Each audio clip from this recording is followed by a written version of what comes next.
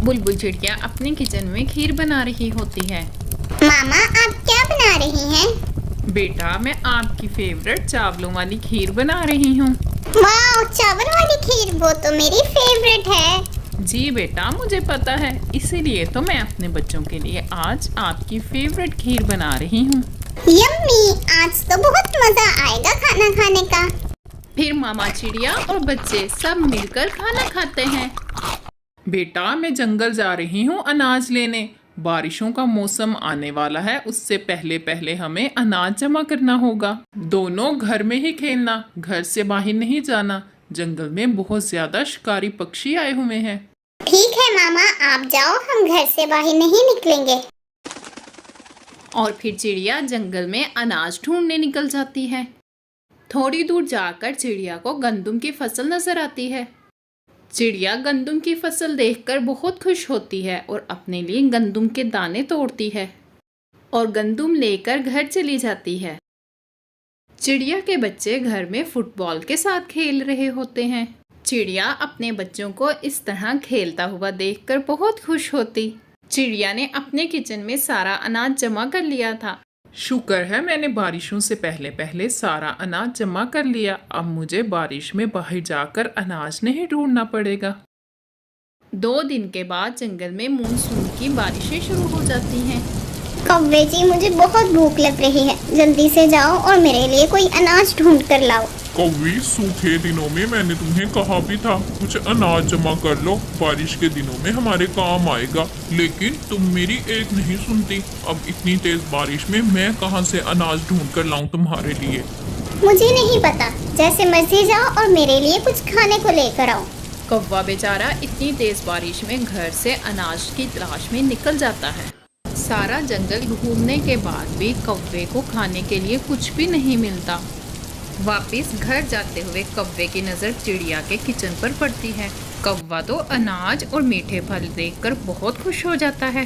अरे वाह, खाने का इंतजाम तो हो गया। अब मुझे कौवी की बातें नहीं सुननी पड़ेंगी। कौवा छुपके से आता है और चिड़िया के किचन में से गंदुम के दाने उठाकर भाग जाता है और अनाज लेकर घर आ जाता है।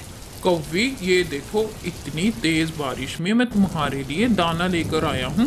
वैसे कौवे, इतनी तेज बारिश में ये तुम्हें सूखा दाना कहाँ से मिला? इस बारिश के मौसम में तो अनाज मिलना बहुत मुश्किल काम है।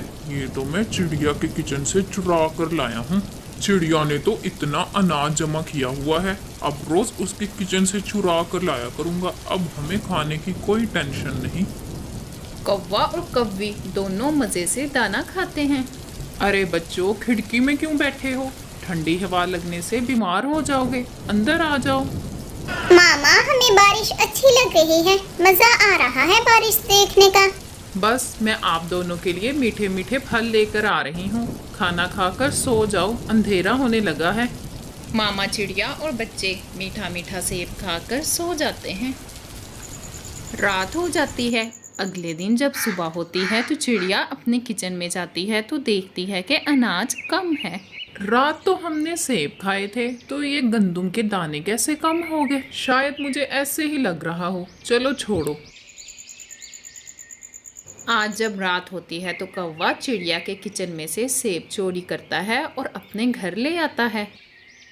कौवी तो आज मीठा मीठा सेब देखकर बहुत खुश हो जाती है।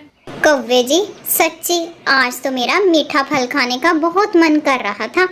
कौवा और कौवी दोनों मिलकर मीठा मीठा सेब खाते हैं। अगले दिन रात को चिड़िया और बबलू दोनों सो जाते हैं, लेकिन मुन्नू को नींद ही नहीं आ रही होती। प्यास लग रही है, ऐसा करता हूँ किचन में जाकर पानी पी कर आता हूँ। मुन्नू जब किचन में जाता है तो कालू कौवे को चोरी करता हुआ देख लेता है और चोर चोर का शोर मचा देता है। चिड़िया भी उठकर किचन में आ जाती है। कौवे, शक तो मुझे पहले से था कि कोई तो है जो मेरा अनाज चोरी कर रहा है।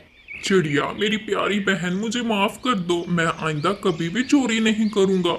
नहीं, तुमने मेरे छोटे छोटे बच्चों का अनाज खाया है, मैं तुम्हें बिल्कुल माफ नहीं करूँगी। चिड़िया कौवे की खूब धुलाई करती है और कौवे को उसकी सजा मिलती है।